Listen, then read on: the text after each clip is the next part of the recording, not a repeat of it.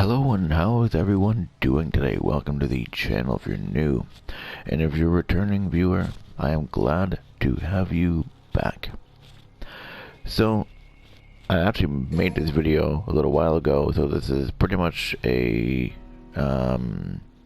remake of a video that I meant to put up. So, I want to make a video of showing how to beat Fury a bit easier. I'm not going to say it's the definitive way. I'm not going to say it's the best way. My way is the way to do it. But I have an easier way to do it. I'm going to show with all four characters. It's pretty much the same, except for V's is a bit different, of course, because his gameplay is much different. And I haven't played with V for, I'll admit, quite a bit of time. So I'm not amazing with him. But with Nero, Dante, and Virgil, it's pretty much the same across the three of them. But I will show you guys how to do it. So grab your drinks, grab your snacks, and let's get into this.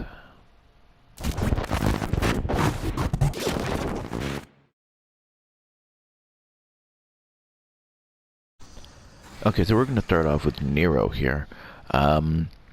So basically the name of the game here is what you want to do is you want to parry him. That's the big thing. Because that'll knock him right out of his tracks. Just like that. As you can see. And then you can do whatever attacks you want, you know, to take him out. Now he doesn't stay stunned for a long time though. So you'll want to... I missed the opportunity there. There we go. You know, you want to, you know, do as much attacks as you can before he gets out. Just like that. It could seem difficult at first, of course, but it's all in the timing. Like, you learn his patterns, and his patterns don't change. He may seem erratic, he may seem crazy, but there is a pattern to him. He's not as crazy as one might think. As you can see, I've parried him every time so far. And you want to take your time with them. You don't want to try and rush them, because that's how you take more damage. It's more dangerous. You know, your style isn't going to magically disappear if you wait a few seconds. So don't be afraid to wait a few seconds for him to, you know, start doing his flippy-floppy, really fast movement. Because you just wait, just like 1, 2, 3, now, just like that, see? You know, it's all in timing.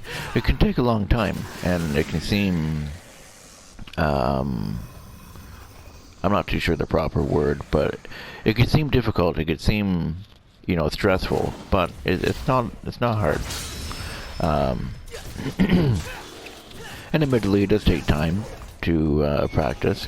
I mean, you're not going to get it at your first time, of course. But again, nobody does. You know, you just got to practice doing your moves. With Nero, though, you want to do it a little beforehand. You want to do it a little bit earlier, because he's not as fast. He's a little bit slower than Nero, or he's a little bit slower than Dante and Virgil. And I screwed that up. I hate how you get stunned. Boom. But as you can see, just like that. So let's move on to Dante. Okay, so now we're starting off with Dante. With him, you can kind of cut the parry window down by a little bit shorter. Just like that. With Dante, you don't have to do it a bit earlier. You can actually do it a tiny bit later, because he's a bit faster.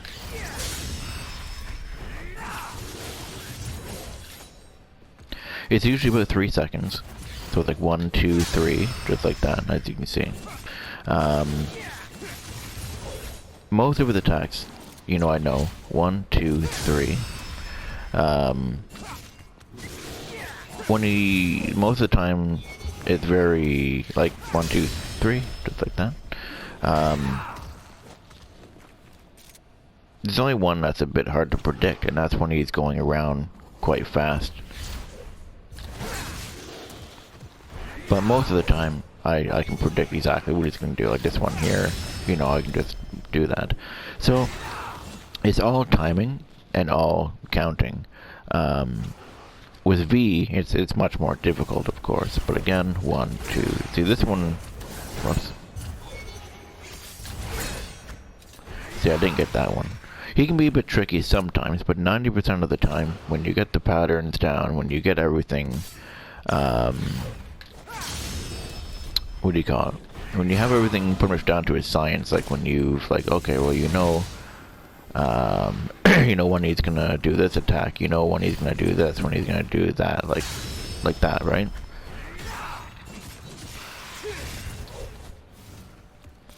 So we'll just do 1, 2 more. We'll take him out, and then we'll move on to Virgil.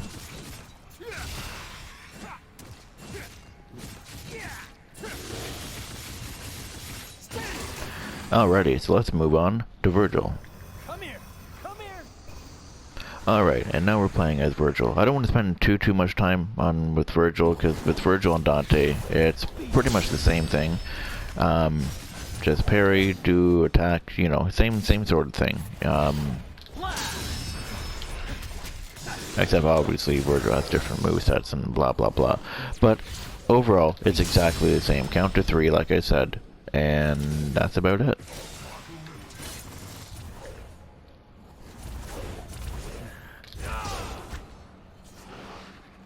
Alright, so we'll do one more parry with Virgil, and then we'll move on to V. Try me. So I was gonna do V, but unfortunately, I couldn't get any good footage with V of me doing it. You know, parrying Fury or anything, unfortunately. And admittedly, you know, I'm not gonna sit here and say, oh, I'm great with V, when, to be honest, I'm not great with V. I haven't used V in quite a long time.